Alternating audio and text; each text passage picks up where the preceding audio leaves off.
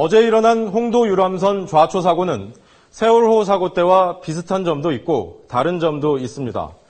사고 지점에서 가장 가까운 섬인 홍도까지 거리는 2km. 세월호 침몰 해역에서 가장 가까운 섬인 동고차도까지 거리는 4km로 두 사고 모두 유인도 인근에서 발생했습니다. 두 선박 모두 건조한 지 20년이 넘은 노후 선박이라는 점도 비슷합니다.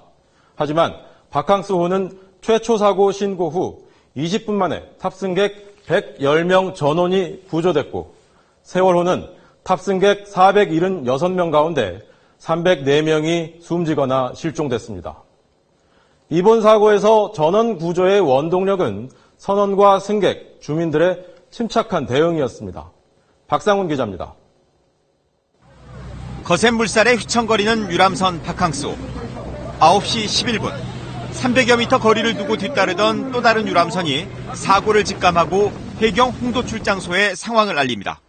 해경 직원으로부터 사고 소식을 들은 마을 이장은 사고 대응 매뉴얼에 따라 사이렌을 울려 상황을 전파했고 모든 일을 제쳐두고 선착장에 집결한 주민들은 담요와 모포를 준비해놓고 만일의 상황에 대비했습니다.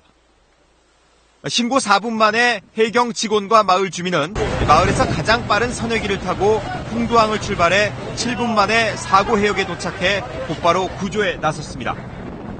먼저 도착한 또 다른 유람선이 가까스로 사고 선박에 접근해 구조에 나선 상황.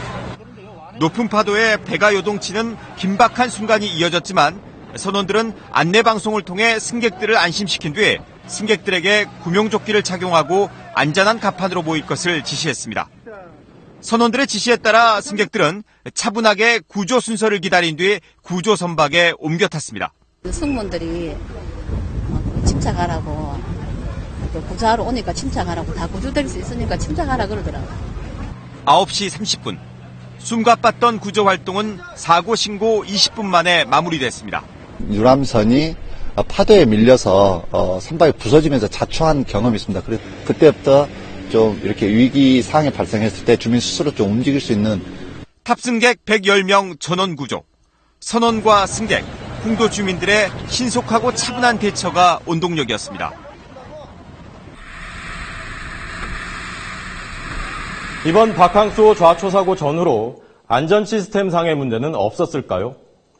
세월호 사고 직후인 지난 5월 홍도 주민들은 바캉스호 취항 불허를 요구하며 해경에 탄원서까지 냈는데요.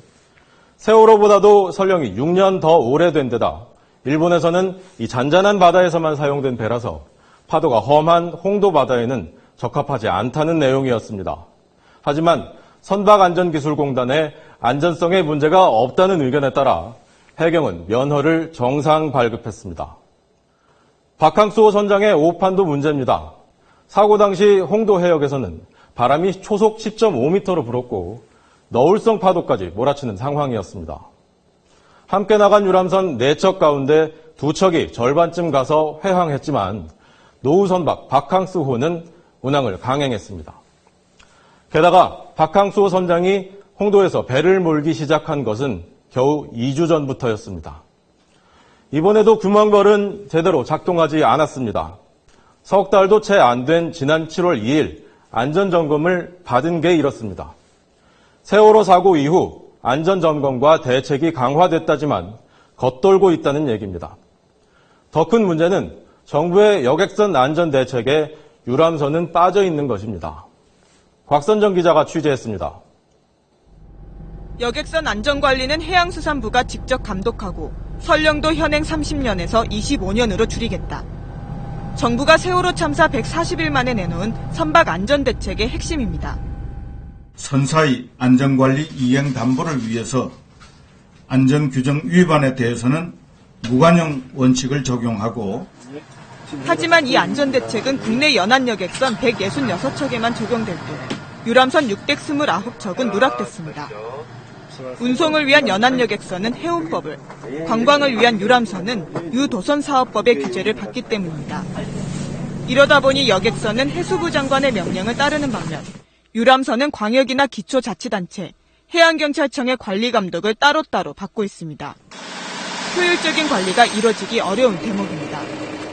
더구나 유람선은 선령 제한 기준이 없어 건조한 지 35년이 넘는 유람선이 운항하고 있을 정도입니다. 많게는 30년이 넘게 되는 배들이 몇 척이 있는데 사고 개연성이 있을 수밖에 없기 때문에 세월호 참사 직후 유람선에도 선령 제한을 두는 유도선사업법 개정안이 이원 입법으로 발의돼 있지만 5개월째 국회에서 낮잠을 자고 있습니다. KBS 뉴스 곽선정입니다.